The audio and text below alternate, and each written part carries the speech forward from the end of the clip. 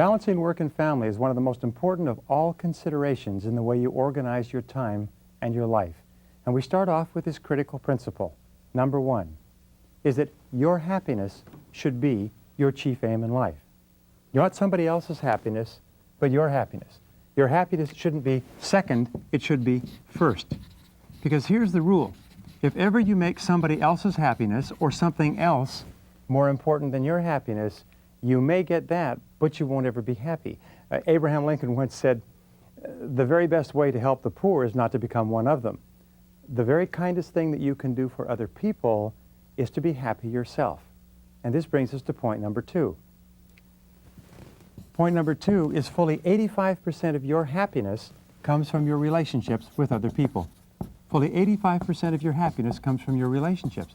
Now what this also means is that fully 85% of all your problems also come from your relationships with other people. And one of the primary reasons why we have problems in our relationships, especially the most important ones, is because we don't spend enough time and we don't spend the right quality and quantity of time with them, which we'll deal with in this session. So here's the starting point. Here's a good question. It's, how would you spend your time if you learned today that you only had 6 months to live? How would you spend your time if you learned today that you only had 6 months to live? We asked this question earlier in this course, but the second part of this is, with whom? Who would you spend the time with, predominantly? What would you want to do with that person? Where would you want to go? How would you want to spend it? What would you want to get accomplished if you learned today that you only had 6 months to live? You see, the answer to this question will bring you face to face with what is really important to you. Sometimes in our sessions we say, imagine that it wasn't 6 months, but it was 6 weeks. Or that it wasn't 6 weeks, but suddenly you learned it was 6 days, and then 6 hours, and then 60 minutes. If you learned this very moment that you only had 60 minutes left in life, what would you do and how would you spend your time? Who would you want to talk to? Who did you think about when you thought about that question? Because that tells you a lot about what's really important to you. And this brings us to number 4, which is one of two of the most famous of Greek sayings. The first one is moderation in all things. Moderation in all things is what the ancient Greeks said, and as a wise old man said, yes, but except for a few glorious exceptions.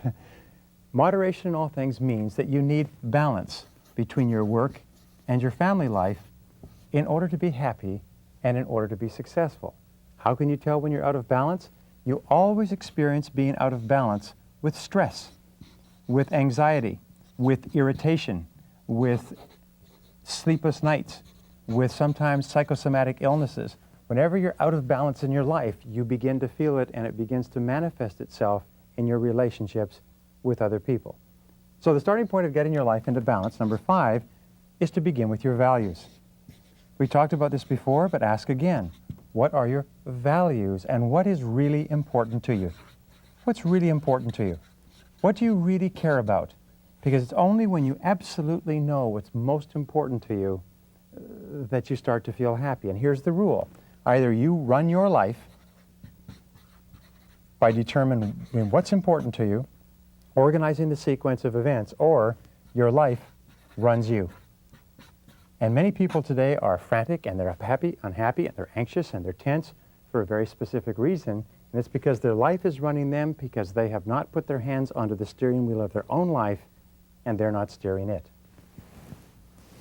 An important part of balance is for you to describe what is called the ideal end result, your ideal vision, or what we say, your ideal lifestyle.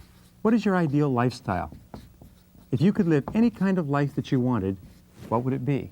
What would it include? What ingredients would make you the most happy? What ingredients would make you the most happy? Answering this question enables you to do what we call gap analysis.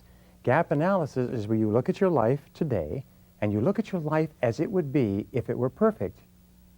And you look at the differences between where you are and where you want to be, and you ask yourself, what changes would you have to make to begin to create your ideal life, especially with regard to the most important people in your life?